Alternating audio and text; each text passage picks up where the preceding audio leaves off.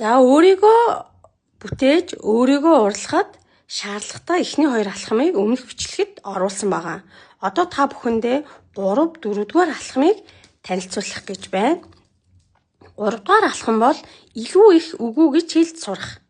Өөрийнхөө үзэл бодол болон өөрт таагүй санагдсан зүйлдээ зоригтойгоор үгүй гэж хэлж сурах. Бусдад тийм гэж хэлэх бүртээ өөртөө үгүй гэж хэлж байгаагаа мэдээрэй.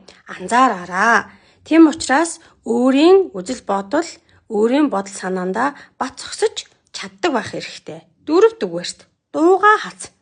Таныг сэтгэлээр унгаж, үн цэнэгүй, ядарсан мэдрэмж төрүүлдэг хүмүүсийг дагаж өөрийгөө батлах гэж оролдгоо болох хэрэгтэй.